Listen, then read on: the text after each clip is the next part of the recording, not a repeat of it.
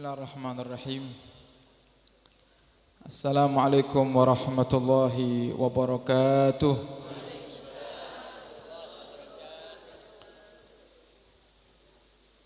Alhamdulillah. Alhamdulillahilladzi bi ni'matihi tatimmus shalihat. Wassalatu wassalamu ala sayyidi sadat sayyidina wa habibina wa syafi'ina wa qurrati a'yunina wa nuri qulubina maulana Muhammad khairil bariyat wa qudwatil qadat wa ala alihi wa sahbihi al-anjumiz zahirat. Subhanaka la ilma lana illa ma 'allamtana innaka antal alimul hakim. Rabbi shrah li sadri wa yassir li amri wahlul 'uqdatam min lisani yafqahu qawli bi jahin nabi wa sahbi wal ali. Dusturukum ya ahlad darab, dusturukum ya ahlal ilmi wa ya ahlal aqdi wa ya ahlal hilli amma ba'd. Yang kami hormati para ulama, para asatid, para kiai wa nakhusu bidzikir akhina al-karim al-ustadz Muhammad Habibi, Al-Ustadz Asrar, Ustadz Andi, Kiai Haji Zainul Arifin, Kiai Khudari dan segenap para asatid yang tidak bisa kami sebutkan namanya satu persatu tanpa mengurangi rasa hormat kami kepada beliau semua. Kami hanya bisa berharap kepada Allah semoga para kiai, para asatid, para ulama yang hadir di siang hari ini dipanjangkan umurnya oleh Allah Subhanahu wa taala dalam ketaatan serta sehat wal afiah dan dikabulkan hajat-hajatnya dunia dan akhirat. Amin ya rabbal alamin. Dan juga yang kami muliakan, kami hormati para orang tua kami hadirin hadirat yang dirahmati oleh Allah Subhanahu wa taala. Alhamdulillah,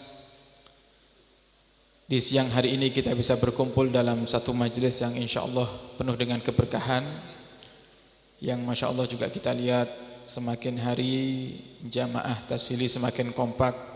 Semoga terus bisa semakin besar, semakin diberkahi oleh Allah dan bisa menyeluruh ke seluruh penjuru negara tercinta kita Indonesia insyaallah, sehingga berkahnya terus mengalir kepada kita semuanya. Amin ya rabbal alamin. Untuk mempersingkat waktu para hadirin, ini jamnya sudah 2:30.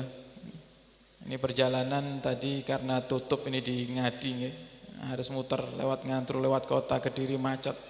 Nanti habis maghrib ada rutinan lagi saya. Tidak nututi nanti, dikejar-kejaran. Nah, insyaallah kita akan sedikit menyampaikan satu daripada hal yang penting para hadirin yang sering diremehkan sama umat Islam di akhir zaman. Ini pesan Allah sudah sering kali ingatkan. Allah berkali-kali mengulang dalam Al-Quran. Dan ini pesan juga sering diulang oleh Nabi kita Muhammad sallallahu alaihi wasallam. Yang saking pentingnya pesan ini para hadirin, yang jika kita tidak melakukannya, maka semua daripada ibadah kita ini akan sia-sia. Antum semuanya ahli Quran. Antum semuanya para pecinta Al-Quran. Yang harusnya dari antumlah hal ini dimulai. Dari antum hal ini disebarkan, disampaikan dan dilakukan. Nabi katakan dalam hadisnya, khairukum man ta'allamal Qur'an wa 'allamahu. Sebaik-baik kalian adalah orang yang belajar Al-Qur'an dan mengajarkan Al-Qur'an. Kalau panjenengan mengamalkan dua hal ini, belajar kemudian mengajarkan, maka Nabi sebut kita sebaik-baiknya daripada manusia. Allah Subhanahu wa taala mengatakan dalam Al-Qur'an para hadirin, yang Allah katakan, kul in kana aba'ukum wa abna'ukum wa ikhwanukum wa azwajukum wa ashiratukum wa amwalun iktaraftumuha wa tijaratun takhsawna kasadaha wa masakinu tardawnaha ahabba ilaikum minallahi wa rasulihi wa jihadin fi sabilih fatarabbasu hatta ya'tiyallahu bi amrih wallahu la yahdil qaumal fasiqin. Allah mengatakan, "Qul," katakan wahai Muhammad kepada umatmu, katakan kepada mereka para sahabat, katakan kepada mereka orang-orang yang hidup di sekitarmu wahai Muhammad, yang khitabnya terus diberikan khitab itu untuk umat Nabi Muhammad seluruhnya.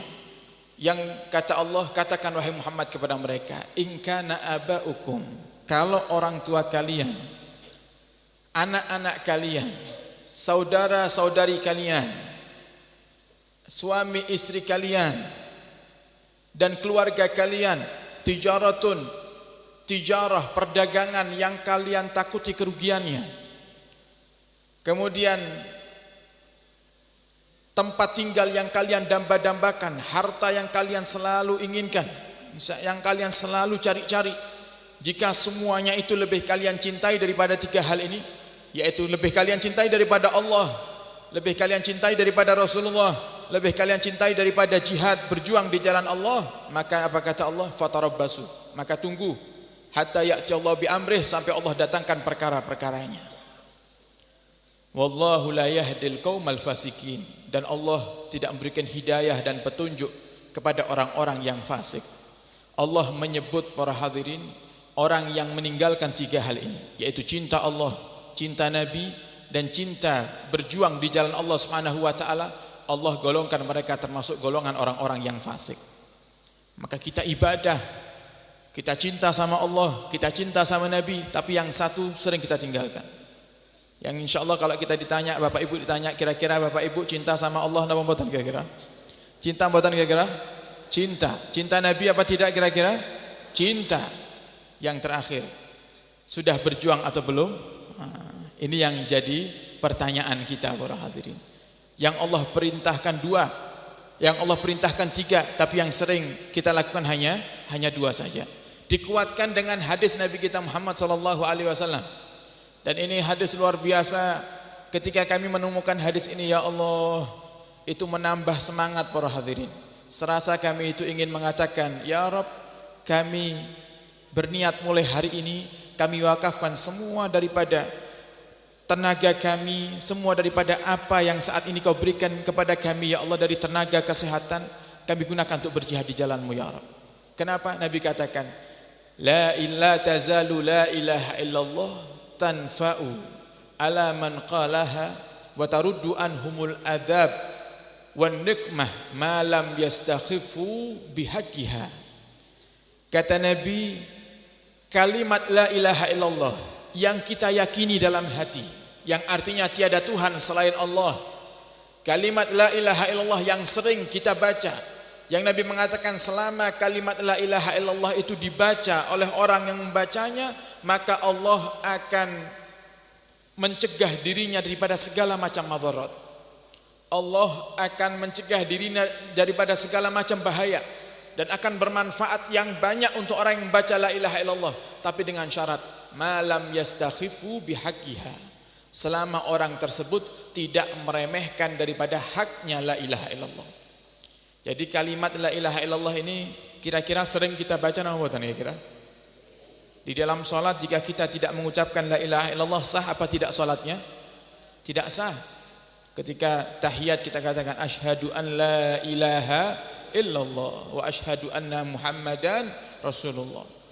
Kita mengucapkan kalimat la ilaha illallah di setiap salat kita, di setiap zikir kita, bahkan mungkin di setiap malam pada malam-malam dalam seminggu, mungkin ada satu malam yang kita gunakan untuk kita hadir di majelis yasinan tahlilan, kita baca di situ la ilaha illallah.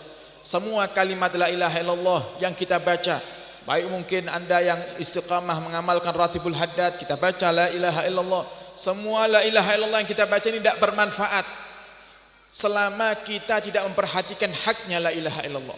Kemudian sahabat bertanya, ya Rasulullah, mal istighfaf bihaqqiha, apa yang dianggap meremehkan haknya la ilaha illallah itu apa ya Rasulullah? Apa kata Nabi kita Muhammad? Jika kalian melihat ada kemaksiatan di tempat kalian tinggal, tapi ternyata kalian tidak mengingkarinya dan kalian tidak berusaha untuk merubahnya, dan bahkan kalian tidak berusaha untuk membuang daripada kemaksiatan itu daripada tempat kalian, maka kalian dianggap orang-orang yang meremehkan haknya la ilaha illallah. Sehingga Nabi katakan kalimat la ilaha illallah yang kita yakini dan yang kita baca rutin tiap hari, semuanya tidak ada manfaatnya selama kita tidak amar ma'ruf nahi mungkar. Nah, sekarang yang jadi pertanyaan para hadirin, sudah di langkah yang keberapa usaha kita untuk amar ma'ruf nahi mungkar? Kalau kita ini ingin menjadi orang yang baik, jadi orang yang baik itu mudah para hadirin. Nabi Muhammad itu sebelum diangkat menjadi nabi dan rasul, nabi itu sudah orang baik. Nabi itu mulai kecil, nabi itu jujur. Nabi kita Muhammad itu mulai kecil tidak pernah berbohong. Bahkan ketika Nabi berdagang membawa barang dagangannya Sayyidah Khadijah, sebelum itu Nabi belum diangkat menjadi nabi. Nabi itu saking jujurnya para hadirin, kalau seandainya ketika Nabi berdagang membawa barang dagangannya Sayyidah Khadijah itu, kok ternyata ada orang yang bertanya kepada Nabi, "Ya Muhammad, ini barang modalnya berapa kamu ambil?" Itu Nabi Muhammad jawabnya jujur para hadirin. Lek kula panjenengan kira-kira pripun? Panjenengan bapak ini dagang sarung. Saya datang ke toko panjenengan, "Pak, ini sarung harga berapa?" "Oh, ini 100.000, Beb. Jenengan ngambilnya berapa?" Kira-kira dikasih tahu apa enggak? Pasti jawabnya, "Anu Beb, kalau ngambil untungnya mboten akeh-akeh kok Beb." Nah, jenengan tenang mawon Beb. Kan gitu pasti. Padahal untungnya 50.000 ya. Kula 50.000 jual 100.000. Tapi kita rela untuk berbohong supaya apa? Supaya keuntungan kita tidak bocor kepada pembeli. Oh, kalau pembeli ini tahu keuntungan kita, pasti kabur tidak jadi beli. Itu Nabi Muhammad dijawab. "Ini saya ambil barangnya dari Khadijah dengan harga sekian. Saya jual dengan harga sekian." Jujurnya Nabi kita Muhammad itu. Itu sebelum Nabi diangkat menjadi seorang Nabi dan Rasul. Jadi Nabi itu para hadirin mulai dari kecil sudah ditakdirkan, dijaga oleh Allah menjadi orang yang baik. Cuman Nabi ketika ditanya oleh seorang sahabat, "Ya Rasulullah, dullani ala amalin idza amiltuhu dakhaltul jannah." Berikan kami amalan ya Rasulullah yang jika kami mengamalkannya kami akan masuk surga. Apa jawab Nabi Muhammad? Nabi hanya menjawab dengan dua kata para hadirin. Kun muhsinan. Jadilah kamu orang yang baik dan menebar kebaikan. Kalau Hasan itu orang baik, kalau Muhsin baik dan menebar kebaikan. Jadi kalau mau jadi orang baik gampang. Jenengan cukup jalankan salat 5 waktu, puasa Ramadan, zakat jenengan keluarkan, baik dengan tetangga. Kira-kira tetangga senang apa tidak melihat kita? Senang. Kira-kira tetangga nganggap kita orang baik apa orang jahat? Baik. Tapi di saat kita mulai menginjakkan derajat kita ke derajat yang lebih tinggi lagi, tidak hanya menjadi orang baik tapi mengajak orang untuk berbuat baik, di saat itulah banyak musuh di sekitar kita.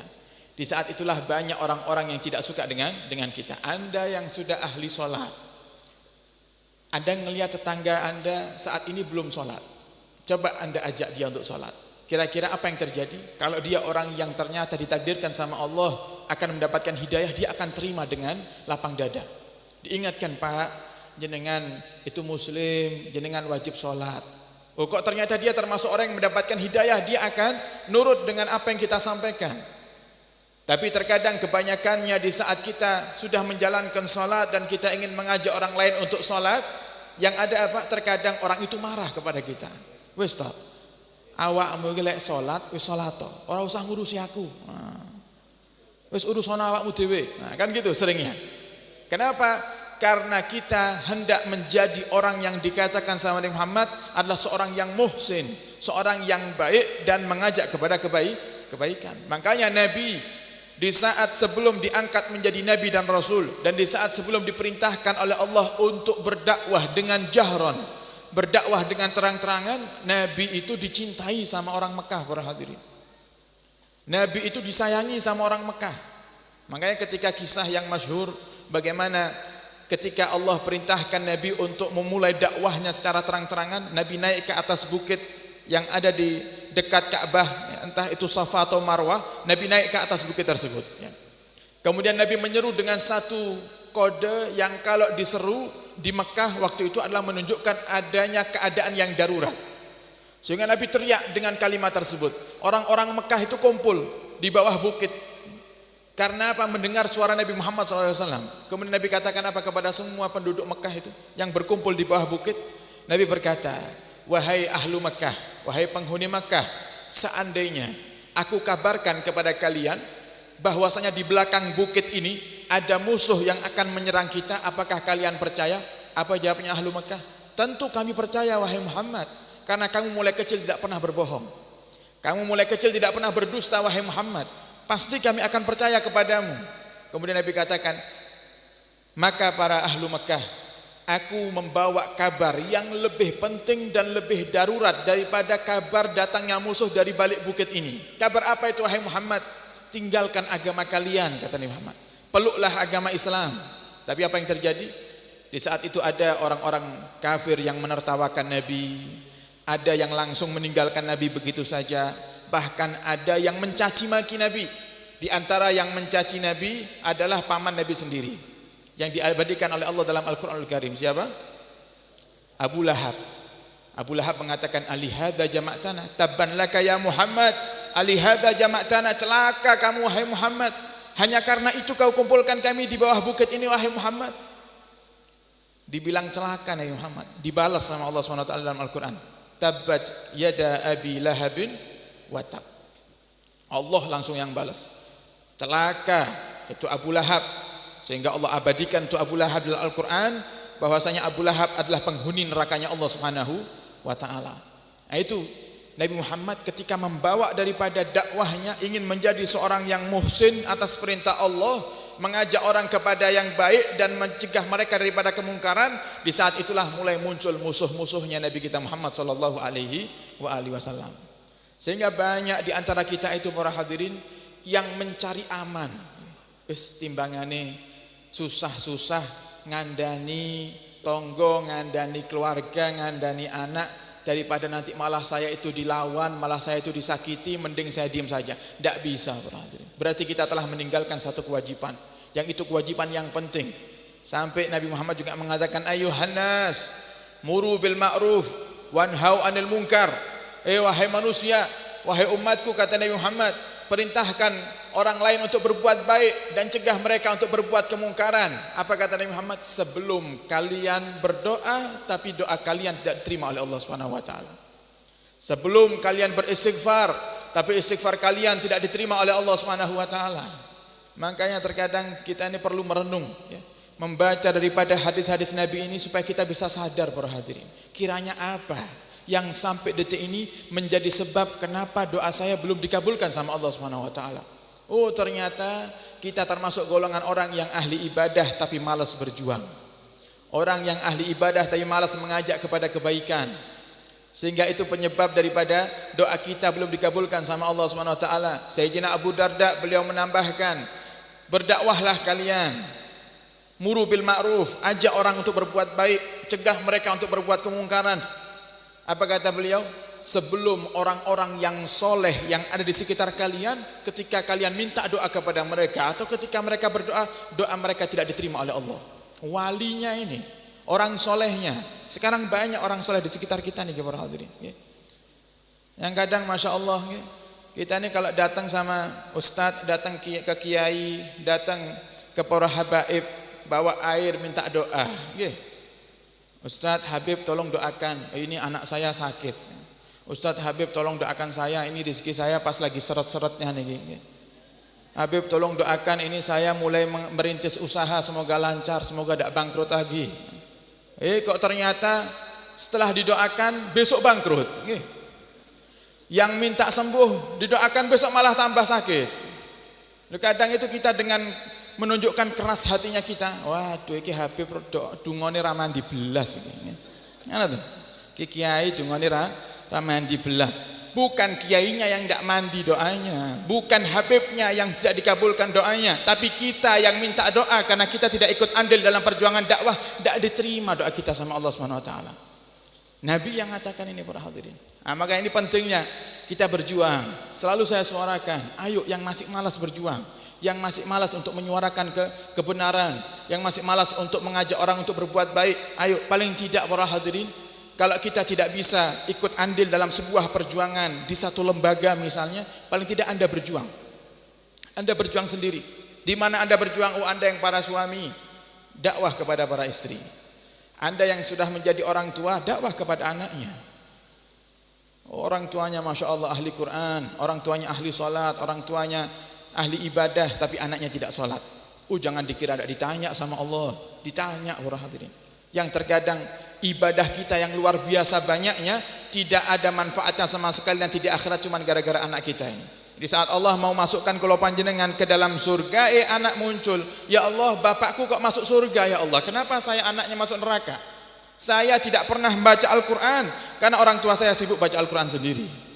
Saya tidak pernah belajar Al-Quran karena orang tua saya sibuk hadir tashili sendiri, tidak ngajak-ngajak. Saya tidak pernah sholat karena orang tua saya sibuk sholat sendiri. Mau jawab apa kita? Sehingga Allah katakan kepada para malaikat, "Hai malaikat, bawa ini orang tua dengan anaknya masuk ke dalam neraka Allah Subhanahu wa taala." Naudzubillah summa naudzubillah. Nah, ini pentingnya kita berjuang para hadirin. Berjuang itu, berdakwah itu bukan hanya tugasnya ustadz, bukan hanya tugasnya kiai. Coba kita bayangkan, sebagaimana tadi diceritakan sama Ustaz Asrar, seandainya setiap kepala keluarga mereka memahami makna pentingnya berjuang, memahami makna pentingnya mengajarkan kebaikan, minimal kepada anak keturunannya saja, kepada keluarganya saja, tidak usah tetangga, keluarga saja. Setiap kepala keluarga ngajari sholat kepada anaknya, ngajari sholat kepada istrinya, ngajari sholat orang tuanya. Kira-kira di desa ini adakah orang yang masih meninggalkan sholat? Nah, kalau semuanya melakukan itu tidak akan ada orang yang meninggalkan sholat. Nah, kenapa masih banyak orang yang meninggalkan sholat? Karena mereka fokus dengan ibadahnya sendiri. Dan setan tidak suka melihat kita berjuang para hadirin. Setan tidak suka melihat kita berdakwah. Makanya godaan orang-orang yang berjuang itu sangat berat, tapi manfaatnya pun sangat besar. Sekarang gini kita bayangkan, ini tidak usah kita bayangkan berjuang itu selalu identik dengan sebuah perkumpulan yang dihadiri orang banyak. Sekarang Anda sebagai orang tua, kalau Anda ngajari anak Anda sholat sehingga dia istiqomah sholat, nanti anak Anda menikah ya, punya anak yaitu cucu panjenengan, ternyata diajari juga sholat terus sampai hari kiamat, berapa sholat yang jenengan dapatkan pahalanya? Itu satu orang. Anda ajari anak Anda Al-Quran, Anda sudah belajar sama Ustaz Habibi, belajar sama Ustaz Asrar, para asatidz tashili, Anda ajarkan kepada anak Anda. Yang antum sudah tahu semuanya dan sudah paham bagaimana pahala Al-Quran, yang jika dibaca tanpa berwudu satu hurufnya itu 10 pahala. Kalau dibaca dengan wudu berbeda lagi pahalanya lebih banyak. Dibaca di dalam sholat lebih banyak lagi pahalanya. Kalau Anda ajarkan itu kepada kaum muslimin yang mereka belum bisa baca Al-Quran, berapa pahala Anda? Coba kita bayangkan. Makanya eman-eman, jangan sampai kita itu menyia-nyiakan waktu. Anda yang sudah belajar ini, yang kiranya sudah di kelas yang bagus, bacaannya bagus, ayo diupdate. Kayak tadi katanya ada training itu, ikuti ya, latihan. Masih banyak orang di luar yang belum bisa baca Al-Quran.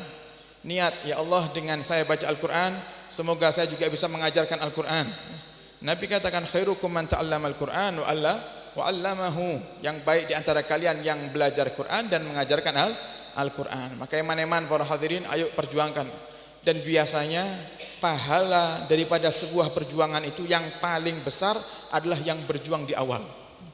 Yang berjuang di awal. Nah, ini tashili ini baru berapa tahun?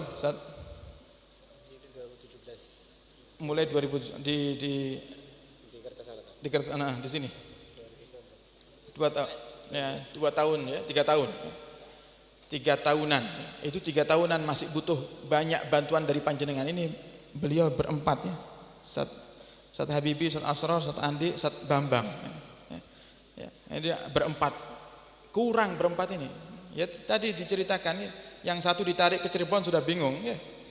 Nah, ini yang satu di Kediri, satu di Tulungagung. Nah, paling tidak dari panjenengan semuanya yang bisa menyebarkan daripada dakwah tashili ini, mengajarkan kepada orang-orang dengan Al-Quran, karena Al-Quran itu juga bisa menjadi sarana untuk mendapatkan hidayah daripada Allah Subhanahu wa ta'ala. Ya, niat. Kemudian para hadirin, kata para ulama termasuk guru kami Al-Habib Segaf Ibn Al-Habib Hasan bin Ahmad Baharun yang tadi sholawatnya panjenengan baca. Beliau itu mengatakan kepada para santri, dan juga ini termasuk himbauan yang selalu disampaikan oleh guru-guru kami. Kami punya guru Abu Yazain Baharun, kakaknya Habib Segaf, itu setiap ketemu para alumni, setiap ketemu santri yang lulus dari pondok pesantren, selalu dikatakan apa? Dua hal. La tansa tadris, kemudian akhlis fin niyah. Dua nasihat. Jangan tinggalkan ngajar. Jangan tinggalkan mengajar. Sesibuk-sibuknya kalian dengan urusan dunia kalian, jangan tinggalkan ngajar. Yang kedua, yang ikhlas kalau ngajar. Yang ikhlas kalau dakwah. Dua hal ini selalu sampaikan. Ketemu sama saya di Kediri, hadir di majelisnya Habib Husain Ba'bud, saya salaman sama Abu ya, sampaikan la tansa tadris, jangan lupa ngajar. Jangan yang ikhlas ketika ngajar, ketika berdakwah, selalu seperti itu. Kenapa? Karena beliau mengatakan minimal para hadirin, orang yang mengajarkan ilmu, orang yang mengajak kepada kebaikan, minimal balasannya Allah Subhanahu wa taala nanti di saat Allah hendak mencabut nyawanya, Allah muliakan dia dengan ruhnya dijemput oleh Nabi Muhammad sallallahu alaihi wasallam. Coba, siapa yang tidak kepingin ruhnya dijemput sama Nabi? Ingat kisahnya Bilal ibn Rabah. Bilal ibn Rabah itu muadzinnya Rasulullah. Yang bagian mengumandangkan adzan. Ada beberapa sahabat yang bagian mengumandangkan adzan yang sering digunakan oleh Nabi Muhammad adalah Bilal ibn Rabah. Bilal ibn Rabah ini adalah seorang Habasyi. Dulunya adalah seorang budak yang berkulit hitam. Kemudian dimerdekakan oleh Sayyidina Abu Bakar As-Siddiq dan masuk Islam, dan kemudian menjadi muadzin Rasulullah dan punya suara yang tinggi dan bagus sehingga sampai sekarang dikenal itu ya. Orang-orang Afrika itu punya suara khas ya. Suaranya tinggi-tinggi dan bagus-bagus suaranya. Nah, itu Bilal bin Rabah itu asalnya Afrika sana. Ya, dari Habasyah. Itu Bilal bin Rabah tiap waktu sholat selalu memandangkan azan. Bahkan tidak jarang Nabi itu mengatakan kepada Bilal dengan kalimat arihni ya Bilal. Kalau sudah Nabi sebut arihni ya Bilal, itu berarti masuk waktu sholat. Kalau sekarang itu kan waktu sholat pakai jam, pakai jam. Zaman Nabi tidak ada jam. Jadi ngelihat ya itu yang kalau jenengan belajar ilmu falak itu ya, bagaimana ada tanda-tandanya masuknya waktu sholat dan keluarnya waktu sholat itu digunakan di zaman Nabi ya. Kalau zaman sekarang ini saya mau ke sini, saya sudah 2 kali ke sini tapi panggah nyasar ya. Kenapa? Andalan kita Mbah Google ya. Andalan saya Mbah Google. Coba kita bayangkan, itu Nabi hijrah dari Mekah ke Madinah. Mekah Madinah itu tidak dekat loh para hadirin. Jangan dikira tonggoan ya. Kediri Tulungagung atau Kediri Nganjuk. Tidak, Mekah Madinah itu kalau pengalaman kita waktu ditakdirkan sama Allah bisa umroh, itu perjalanan dari Madinah ke Mekah itu 4 jam para hadirin. Tapi 4 jamnya perjalanan Arab Saudi ya. Paling pelan nyetirnya sopir bis itu 100 km, itu paling pelan. Enggak ada motor di sana. Kencang. Jadi kalau saya duduk di depan ngelihat speedometernya sopir itu 160, itu 4 jam. Nah, itu kalau saya ngelihat kilometernya itu perkiraan dari Tulung Agung ke Cirebon. Itu Mekah Madinah itu perkiraan segitu ya. Tulung Agung ke Cirebon. Yang kita kalau dari sini jalan ke Cirebon itu 11 jam kalau lewat bawah ya. 11 jaman. Ini kalau lewat di Saudi itu 4 jam sudah nyampe. Nah, jadi karena dilihat 4 jam berarti dekat, Nganjuk Tulung Agung, beda jauh para hadirin. Itu Nabi, para sahabat hijrah dari Mekah menuju Madinah itu tidak ada di tengah-tengah gurun pasir Madinah belok kanan, tidak ada. Nanti setelah belok kanan Madinah ngiri, tidak ada itu. Coba kok bisa sampai itu loh. Padahal itu gurun pasir itu. Kalau bisa sampai, Allah sudah abadikan dalam Al-Quran. Wa bin najmihum yahtadun. Itu diartikan oleh sebagian ahli tafsir, dengan bintang-bintang mereka menjadikan itu sebuah petunjuk. Jadi ngelihat bintang itu sampai di tempat. Nanti malam jenengan coba nggih. Kayak Tulung Agung lihat bintang nggih. Kira-kira tutuk napa mboten kira-kira. Nyasar ya. Ini dijadikan dalil sama mereka, jadikan petunjuk oleh mereka. Nah, itu Bilal ibn Rabah ini para hadirin setiap waktu sholat masuk selalu Nabi katakan arihni ya Bilal, hibur aku wahai Bilal. Jadi hiburannya Nabi itu sholat para hadirin. Sehingga Nabi katakan waju'ilat qurratu aini fis shalah. Allah jadikan hiburanku itu adalah sholat. Kalau hiburan kalau panjenengan buka WhatsApp, nggih. Buka Instagram, buka Facebook, buka YouTube. Nabi hiburannya sholat. Sehingga ketika datang waktu sholat, Nabi katakan kepada Bilal, arihni ya Bilal, hibur aku wahai Bilal. Sampai akhirnya Bilal itu sangat gembira, sampai cintanya kepada Nabi luar biasa. Begitu dapat kabar Nabi meninggal, Bilal bin Rabah itu para hadirin sudah tidak pernah mengumandangkan adzan lagi. Jadi dengan wafatnya Nabi, wafat pula suara adzannya Bilal ibn Rabah. Disuruh adzan tidak pernah mau. Kenapa? Karena tidak kuat, teringat dan rindu yang sangat besar kepada Nabi kita Muhammad sallallahu alaihi wasallam. Sampai akhirnya tiap hari itu Bilal kalau keluar rumahnya ngelihat makamnya Nabi nangis. Nanti ngelihat Masjid Nabawi nangis, ngelihat di mana dulu dia naik untuk mengumandangkan adzan nangis. Hidupnya nangis saja. Sampai akhirnya disarankan sama teman-temannya itu, Bilal, sudah daripada kamu ini hidup di Madinah nangis terus, mending kamu hijrah. Siapa tahu kamu bisa memperbaiki daripada hari-harimu sehingga kamu tidak terlarut dalam sedih yang berkepanjangan ini.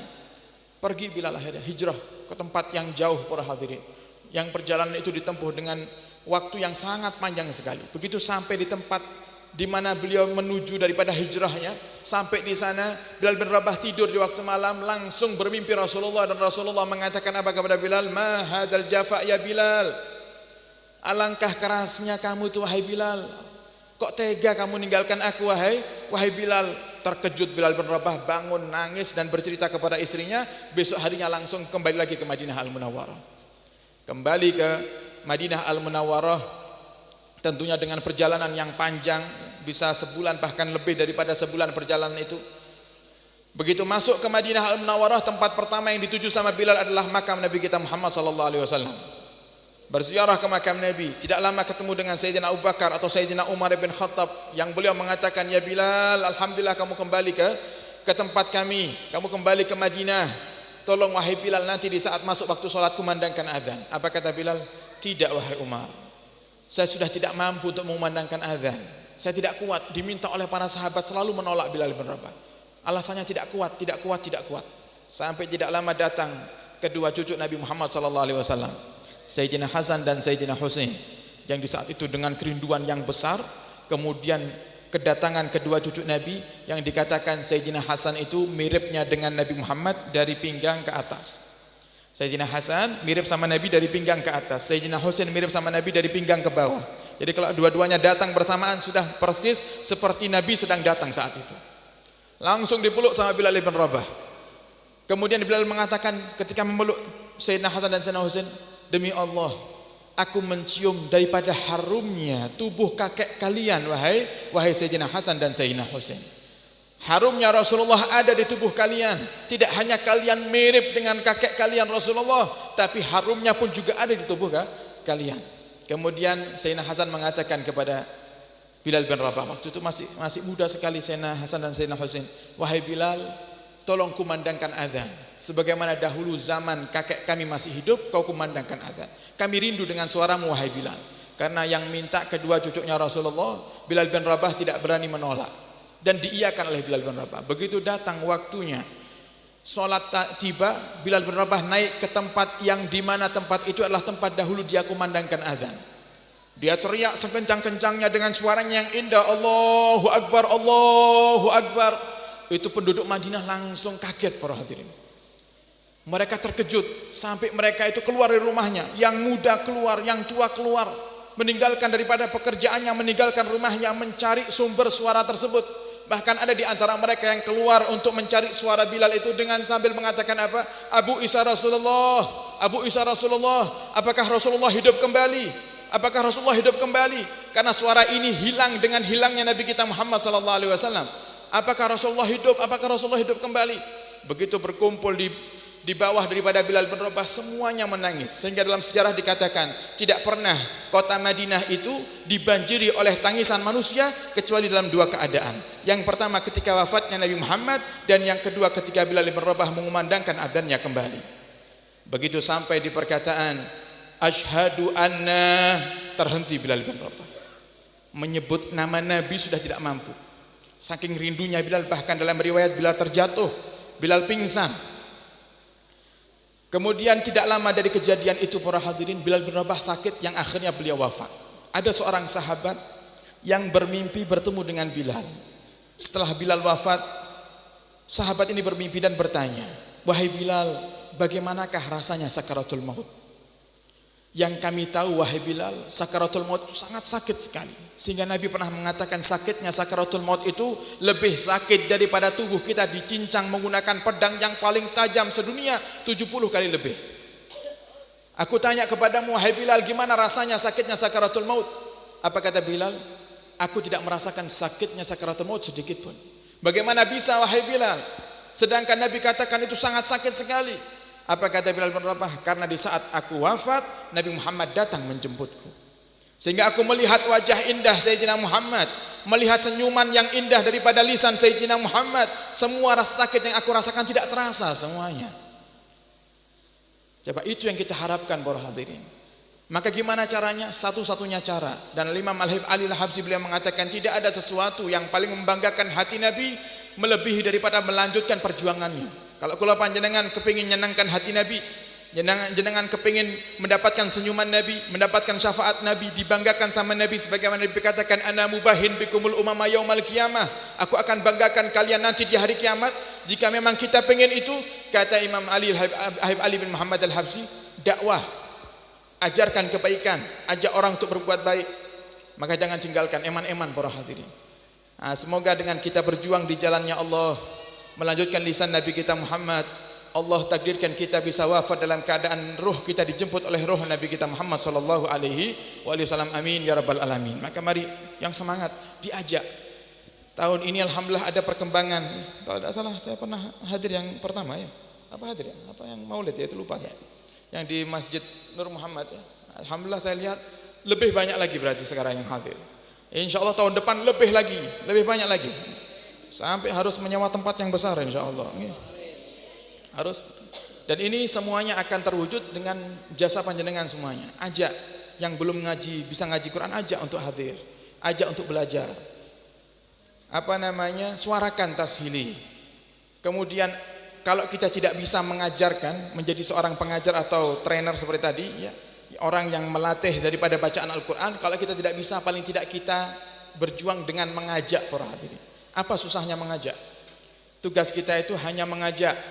Urusan mau tidak mau itu bukan urusan kita, sama. Dan ini yang saya pakai setiap saya ceramah dimanapun, saya tausiah dimanapun, saya pakai metodenya Al-Imam Haddad. Kata Imam Haddad apa? Kalau kita mau nasihati orang, mau ngajak orang untuk berbuat baik, jangan niatkan untuk mereka, tapi niatkan untuk diri kita sendiri. Saya ceramah seperti ini bukan untuk panjenengan, tapi untuk diri saya sendiri. Saya ceramah tentang perjuangan itu untuk saya, supaya saya lebih semangat untuk berjuang, bukan untuk panjenengan. Manfaatnya apa? Saya mikir-mikir, oh ternyata manfaatnya. Kalau ternyata ketika saya ceramah kok ternyata jamaahnya ngantuk sedaya, saya tidak sakit hati loh, saya nyeramahi diri saya sendiri kok. Jadi jenengan mau ngrungokne apa ora ora urusan saya.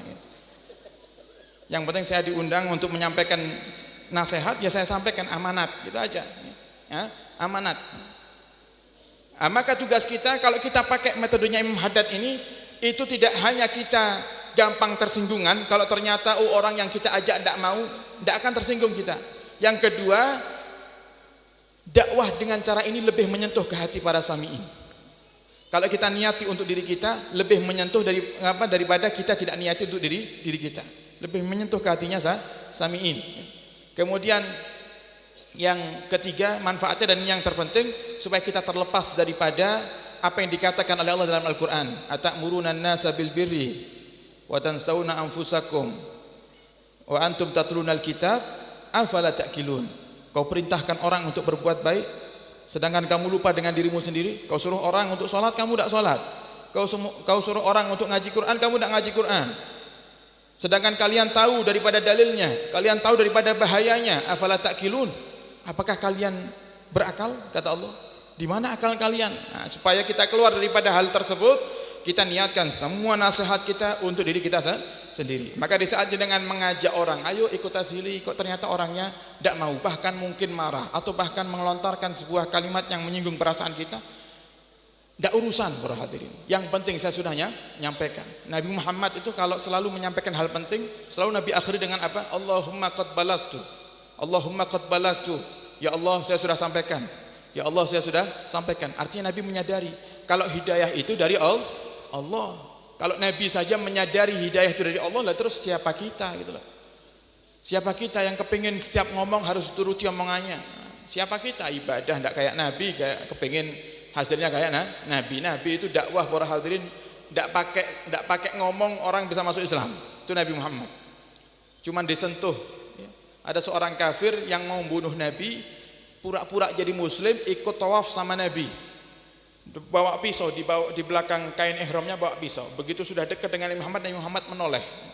Nabi Muhammad berbalik dan langsung Nabi pegang dadanya orang kafir ini, dan langsung seketika itu orang kafir mengatakan apa? Asyhadu an la ilaha illallah wa asyhadu anna Muhammadar Rasulullah. Dan dia katakan, sungguh wahai Muhammad, sebelum kau sentuh dadaku, aku orang yang paling benci denganmu wahai Muhammad. Aku orang yang paling ingin membunuhmu wahai Muhammad. Aku sudah siapkan pisau untuk menusukmu wahai Muhammad. Tapi begitu kau sentuh dadaku wahai Muhammad, serasa ada sesuatu yang masuk ke dalam hatiku, sehingga aku meyakini bahwasanya agamamu adalah agama yang benar. Itu Nabi kita Muhammad. Coba kalau kita yang praktekkan. Anaknya yang belum sholat nanti pegang dadanya.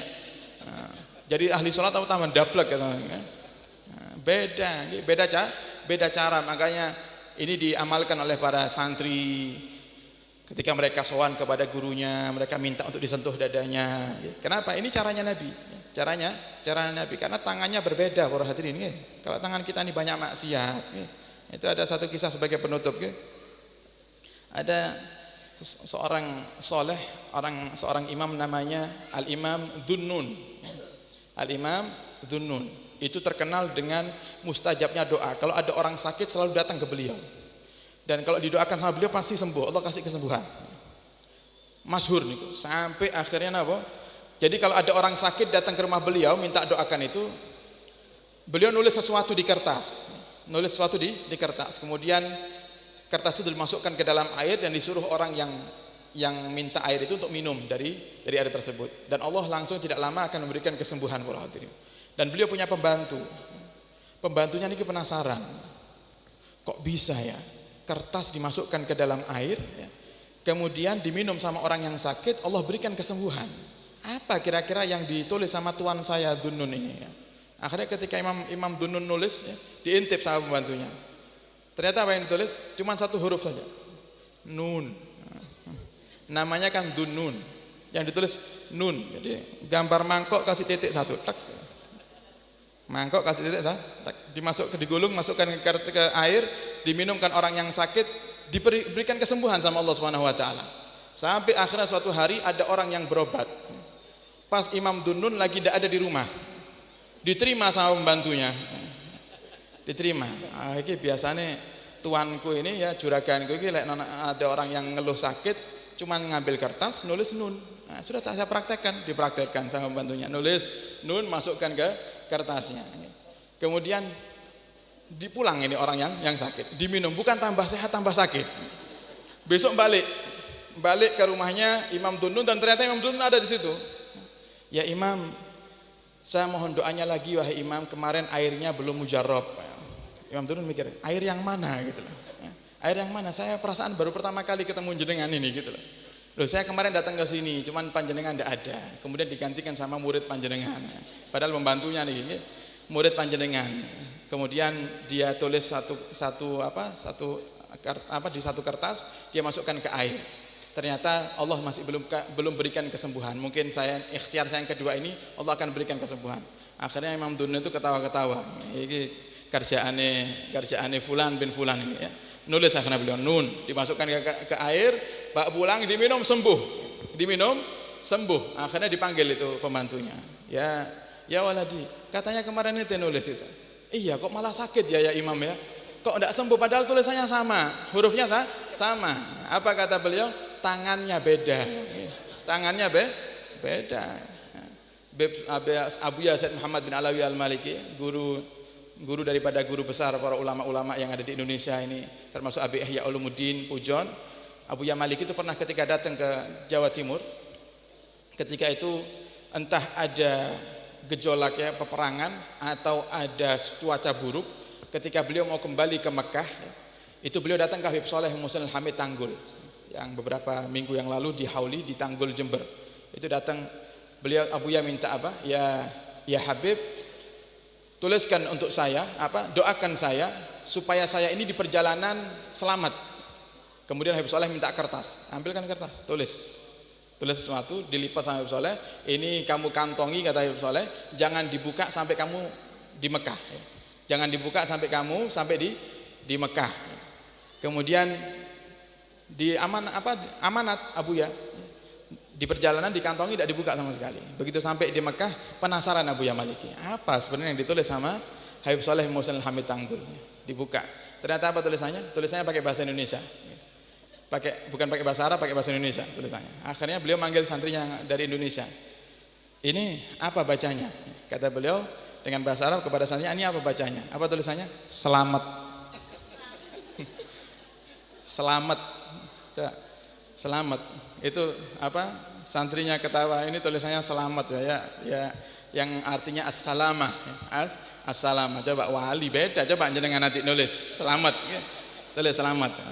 Beda, tangannya beda. Itu barokahnya mereka orang-orang yang soleh. Jadi diajak para hadirin, ayo diajak, semakin banyak orang yang kita ajak semakin besar pahala kita. Kemudian saya ijazahkan tadi salawat, mungkin ada yang belum tahu salawat yang tadi dibaca itu salawat Al-Busra. Salawat Al-Busra ini ijazah kami langsung dapatkan daripada guru kami Al-Habib Segaf Ibnu Al-Habib Hasan bin Ahmad Baharun, pengasuh Pondok Putri Darul Lughawat Dakwah Raci Bangil. Salawat Busra ini beliau dapatkan daripada Rasulullah langsung di dalam mimpinya. Jadi beliau bermimpi bertemu dengan Rasulullah, kemudian Rasulullah berikan salawat itu dalam mimpi. Bangun dalam keadaan beliau sudah hafal salawat itu. Bangun beliau sudah hafal salawat itu. Dan salawat ini Nabi katakan sangat mujarab untuk kita supaya hajat kita dikabulkan sama Allah Subhanahu wa taala. Dan ini sudah saya praktekkan para hadirin. Alhamdulillah mujarab salawat ini. Ini salawat ya ibarat kata itu mainnya cepat. Nah, okay. Mainnya cepat ya. Kalau apa namanya bangun ini kayak bangun ini loh, Formula E itu yang di Jakarta. Nah, orang wulan dadi nah, itu mainnya cepat. Kenapa? Kita punya hajat waktu apa namanya bulan Maulid yang lalu, bulan Maulid 1 tahun yang lalu ya.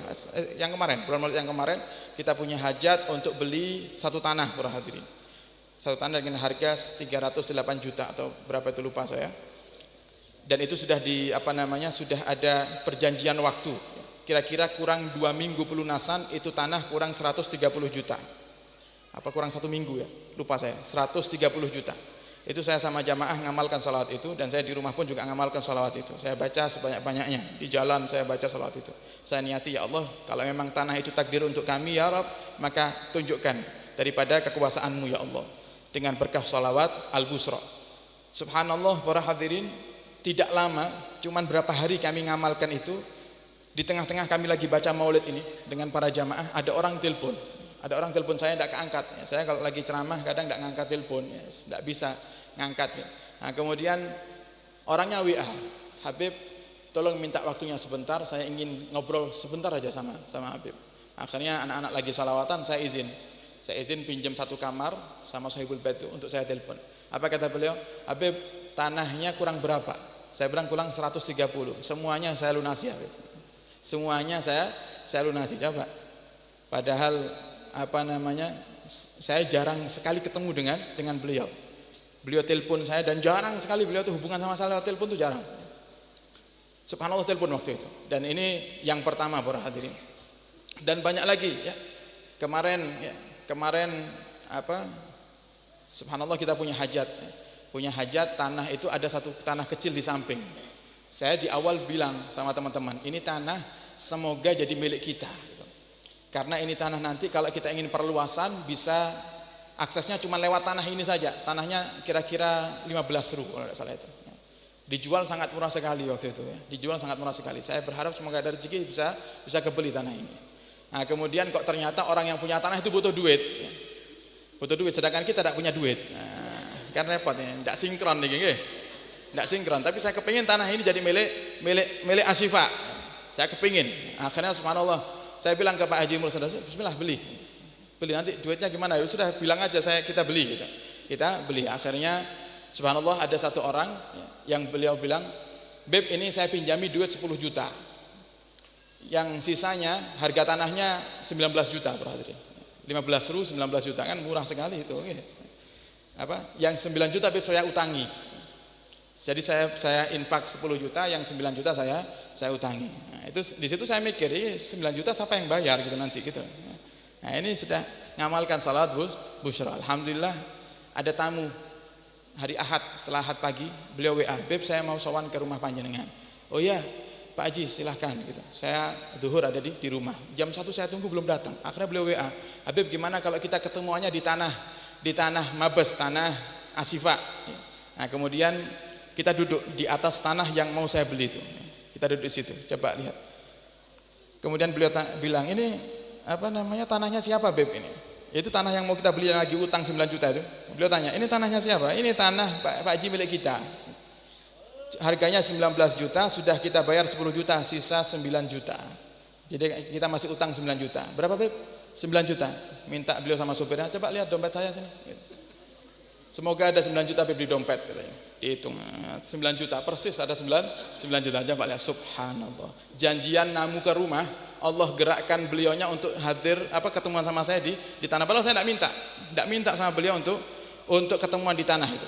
Nah, yang paling ajib lagi para hadirin, apa yang diceritakan Habib Segaf, ada orang datang kepada beliau minta doa karena punya keluarga 11 tahun lumpuh, 11 tahun tidak bisa jalan, baca sholat al-busra 3 bulan, tengah malam terkejut dari tidurnya, tiba-tiba dia ngerasa kakinya tuh ringan sekali, langsung diturunkan kaki itu dan jalan normal para hadirin. 11 tahun, bayangkan, lumpuh.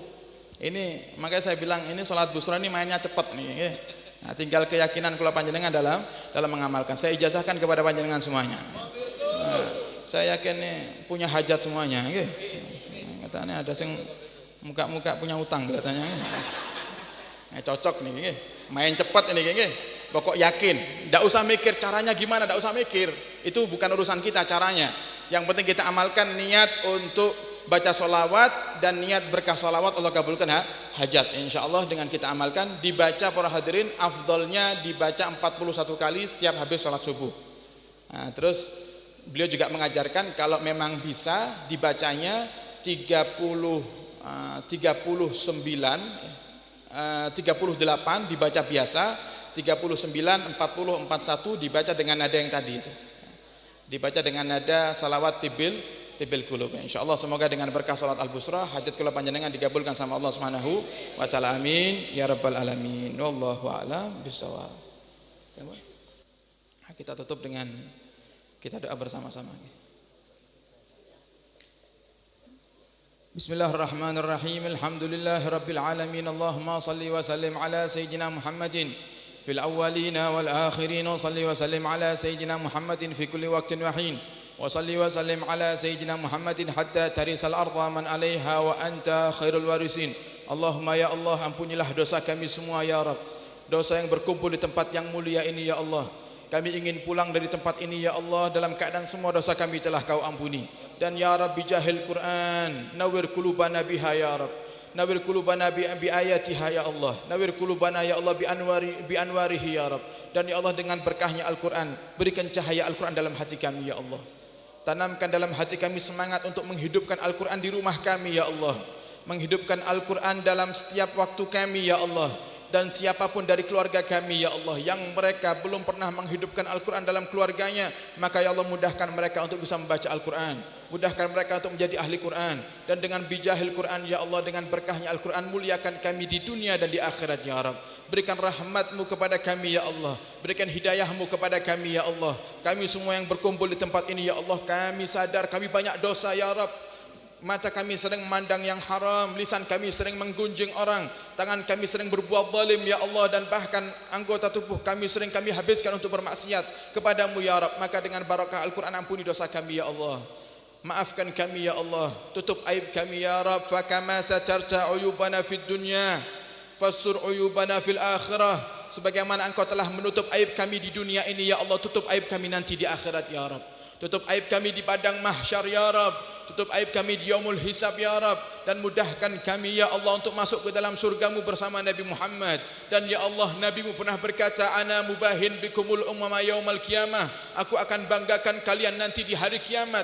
Maka ya Allah, berikan kepada kami sesuatu yang layak untuk Nabi banggakan dari diri kami ya Allah, sebagaimana nanti Nabi bisa melihat daripada wajah umat-umatnya yang beliau cintai ya Allah, maka golongkan kami di dalamnya ya Allah. Kami ingin dipandang oleh Sayyidina Muhammad, kami ingin diberi syafaat oleh Sayyidina Muhammad, kami ingin ditonton oleh Sayyidina Muhammad, yang dalam sejarah dikatakan bahwasanya Nabi Muhammad akan berdiri depan sirat sambil berkata, Allahumma salimhu, ya Allah selamatkan dia, selamatkan dia. Jadikan kami termasuk orang yang mendapatkan doa itu ya Allah. Di saat kami menyeberangi siratal mustaqim ya Allah, jadikan kami termasuk orang yang mendapatkan doa Sayyidina Muhammad, doa keselamatan dari Sayyidina Muhammad. Dan ya Allah, kami mohon kepadamu dengan barakah Al-Quran ya Allah, berkahi sisa umur kami ya Rab, berkahi istri kami ya Rab, berkahi anak-anak kami ya Allah, berkahi majlis kami ya Allah, berkahi pondok pesantren kami ya Allah, dan berkahi segala sesuatu yang telah kau berikan kepada kami ya Allah. Dan berikan hidayah kepada kami, hidayah untuk anak kami, hidayah untuk istri kami, hidayah untuk jamaah kami, hidayah untuk orang-orang yang berjuang bersama kami, dan hidayah untuk semua kaum muslimin muslimat ya Allah. Dan ya Allah, jika ada di tempat ini ya Rab, di kanan kiri tempat ini ya Allah, jika ada hamba-hambamu, saudara-saudari kami ya Allah, yang mereka masih meninggalkan salat, jadikan mereka ahli salat. Yang masih meninggalkan sedekah, jadikan mereka ahli sedekah. Yang masih meninggalkan zakat, jadikan mereka ahli zakah. Yang masih meninggalkan puasa, jadikan mereka ahli puasa ya Allah. Dan ya Allah, berkahi sisa umur kami, panjangkan umur kami dalam ketaatan serta sehat wal afiah. Dan yang sakit di antara kami sembuhkan ya Allah. Yang terlilit hutang ya Allah, mudahkan kami untuk melunasi hutang-hutang kami ya Allah. Dan kami yang berkumpul di tempat mulia ini ya Rab, kami punya hajat yang banyak kepadamu ya Allah. Kami punya hajat yang banyak, hajat kami berbeda-beda ya Allah. Yang hajat itu saat ini kami hadirkan dalam hati kami masing-masing ya Rab. Kami mohon dengan bijahil Quran, dengan barakah Al-Quran, kabulkan hajat kami ya Allah. Kabulkan hajat kami ya Allah. Hajat yang itu ya Rab, hajat yang itu ya Rab, hajat yang itu kabulkan ya Allah. Hajat guru-guru kami, hajat santri kami, hajat istri kami, anak-anak kami, dan semua orang yang berjuang dan berbuat baik kepada kami. Kabulkan hajat mereka ya Allah di dunia dan di akhirat. Yang sakit di antara mereka sembuhkan. Orang tua kami yang sudah wafat ya Allah, lapangkan kuburnya bijahil Quran. Jangan kau siksa mereka dalam kuburnya ya Allah. Kami sadar ya Rab, mungkin ada di antara mereka orang tua kami yang di masa hidupnya pernah berbuat dosa. Maka ya Allah, jadikan setiap bacaan-bacaan Al-Quran yang kami baca, kau sampaikan pahalanya kepada mereka ya Allah, sehingga menjadi sebab mereka selamat di kubur dan kelak mereka selamat daripada siksa neraka. Dan orang tua kami yang masih hidup ya Allah, panjangkan umur mereka dalam ketaatan serta sehat wal afiah. Dan jika saat ini mereka sedang sakit ya Allah, sembuhkan penyakit mereka. Jika saat ini mereka sedang punya hajat, kabulkan hajat mereka. Jika saat ini mereka sedang bersedih ya Allah, gembirakan mereka. Jika saat ini mereka sedang susah ya Allah, berikan kelapangan kepada mereka. Allahumma tahannan ala dha'fihim kama kanu ala dha'fina mutahanninin. Ya Allah, dahulu di masa kecil, di saat kami dalam keadaan lemah, mereka yang menggendong kami, mereka yang membersihkan kotoran kami, mereka yang menyuapi kami, mereka yang selalu menyenangkan hati kami. Maka saat ini ya Allah, berubah waktu, mereka yang saat ini lemah ya Allah, kami yang kuat, kami hanya bisa mohon kepadamu ya Allah. Tolong mereka di saat lemah ya Rabb. Selalu dampingi mereka ya Allah, jaga mereka ya Allah, kabulkan hajat mereka ya Allah. Dan kabulkan daripada semua permintaan mereka, dan berikan yang terbaik kepada mereka dunia dan akhirat ya Rabb. Dan ya Allah, kumpulkan kami, orang tua kami, guru kami, santri kami, dan orang-orang semua yang kami cintai ya Rabb, kelak di surga bersama Sayyidina Muhammad. Dan dengan barakah Al-Quran, semua yang hadir tempat yang mulia ini ya Allah, kami semuanya rindu Baitullah, kami rindu ziarah Makkah dan Madinah, rindu mencium hajar aswadmu ya Allah, rindu menyentuh Ka'bahmu ya Allah, rindu sujud di Masjidil Haram-Mu ya Allah, rindu berdoa di raudhah kasih-Mu Nabi Muhammad, rindu mengucapkan salam langsung di hadapan Sayyidina Muhammad, rindu berziarah ke sahabat Sayyidina Muhammad, keluarga Sayyidina Muhammad. Maka mudahkan kami semuanya ya Allah, sebelum Kau takdirkan kami untuk wafat dan meninggal dunia ya Allah, jangan biarkan kami ya Allah meninggal dunia dalam keadaan Kau belum takdirkan kami untuk ziarah Makkah dan Madinah. Maka kami mohon ya Allah, permudah kami ya Allah untuk melaksanakan ibadah haji dan umrah, dan kami mohon kepadamu ya Rabb, panjangkan umur kami, dan setelah Kau panjangkan umur kami kelak di saat Kau hendak cabut nyawa kami dalam keadaan husnul khatimah, mati dalam keadaan iman, mati di saat kami sedang baca Al-Quran, mati di saat kami sedang sujud dengan khusyuk, mati di saat kami sedang beribadah kepadamu ya Rabb. Dan jangan pernah cabut nyawa kami ya Allah di saat kami sedang bermaksiat. Jangan cabut nyawa kami di saat kami sedang lalai. Jangan cabut nyawa kami di saat kami sedang sibuk dengan dunia kami ya Rabb. Akan tapi cabut nyawa kami di saat hati kami penuh dengan keimanan dan penuh dengan kecintaan kepada Sayyidina Muhammad. Allahumma nawwir qulubana bil iman. Allahumma akrimna fi hadhihi as-sa'ati bil qabul wa adkhilna fi diwanir rasul wa adkhilna fi barakati salafil fuhul. Rabbana zalamna anfusana wa in lam taghfir lana wa tarhamna lanakunanna minal khasirin. Rabbana atina fid dunya hasanah wa fil akhirati hasanah wa qina adzabannar. As-salatu wassalamu alayka ya Rasulullah. As-salatu wassalamu alayka ya Rasulullah. Khudh biyadi qalat hilati adrikna ya Rasulullah. Ya Rabbi bil Mustafa balligh maqasidana waghfir lana ma madaya was'al karami wa sallallahu ala sayyidina Muhammadin wa alihi wa sahbihi wa baraka wa sallam. Alhamdulillahi rabbil alamin. Bisirril Fatihah. Sekian dari kami, kurang lebihnya mohon maaf dan mohon doa selalu. Wabillahi taufiq hidayah. Assalamualaikum warahmatullahi wabarakatuh.